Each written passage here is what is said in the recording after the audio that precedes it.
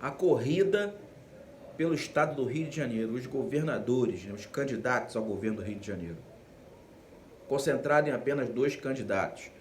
Os demais estão tentando ir por fora, mas com poucas possibilidades de levar isso para o segundo turno. Mas enfim, o que me chama a atenção nessa corrida, né, pelo governo do Rio de Janeiro, é que ninguém fala sobre o complexo de Israel. Ninguém fala, como se não existisse. Como se essa vertente criminosa não fosse forte e não tivesse aliada a outras facções.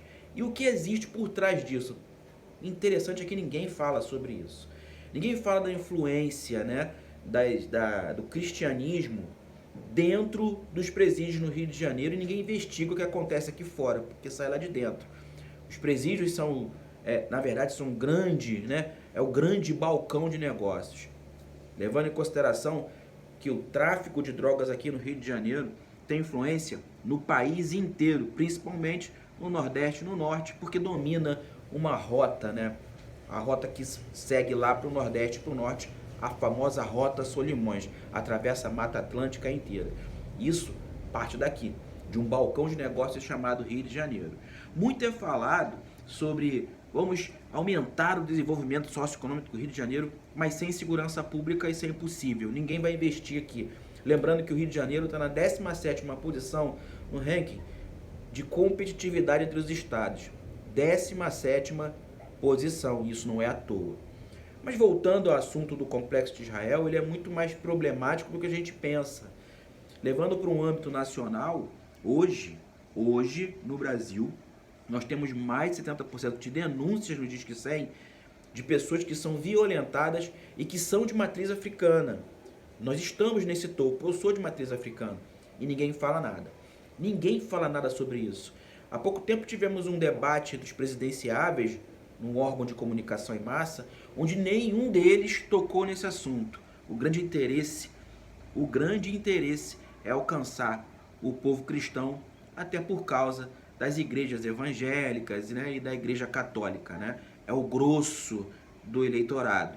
E ninguém fala, todo mundo deixa para lá o que acontece do povo de matriz africana, como se ninguém procurasse a matriz africana. Apesar de que isso é culpa também.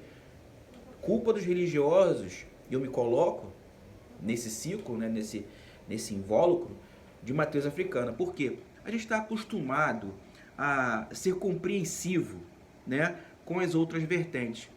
É comum, é popular, por exemplo, eu vou batizar o meu filho na Umbanda, mas também vou batizar na igreja, porque a família tradicionalmente pede sempre isso. Eu nunca escutei o contrário. Olha só, eu vou batizar aqui na igreja católica ou evangélica, mas vou batizar também na Umbanda, ou no Candomblé, ou no Queto, porque é tradicional.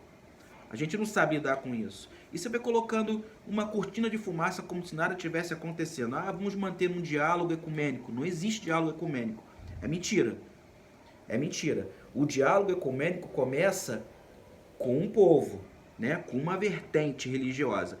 Quando ele vai chegar na vertente de matriz africana, esse diálogo acabou. E quando as pessoas viram as costas, tudo volta ao normal. E a verdade é que a gente tem pessoas sendo expulsas de suas casas, pessoas sem poder cultuar a sua religiosidade. Isso é um direito, amparado inclusive em tratado internacional. Mas aqui no Brasil ninguém fala sobre isso, é como se isso não existisse. E ninguém tem coragem, é claro, por interesse eleitoral, de tocar nesse assunto. Então, chama atenção aqui, né, aos candidatos ao governo do Rio de Janeiro, do estado do Rio de Janeiro, quais são as atitudes e o que está sendo feito, o que é pensado nessa estrutura para que se combata não apenas o complexo de Israel, mas o que tem por trás disso nessa estrutura da administração pública aqui no Rio de Janeiro, que todo mundo sabe que é um crime institucionalizado. E o que está sendo feito nesse sentido? Só uma delegacia especializada para 92 municípios é a mesma coisa que nada. Que preparo os operadores de segurança pública têm nesse sentido para conseguir fazer uma investigação que seja satisfatória, principalmente pelo resultado dela? Bem, chama atenção aos candidatos, chama atenção a todos que estão escutando esse vídeo, porque nada foi feito e o silêncio impera. Enquanto isso, pessoas perdem os seus direitos. Eu sou Jefferson Arouche, um barco remando contra a maré.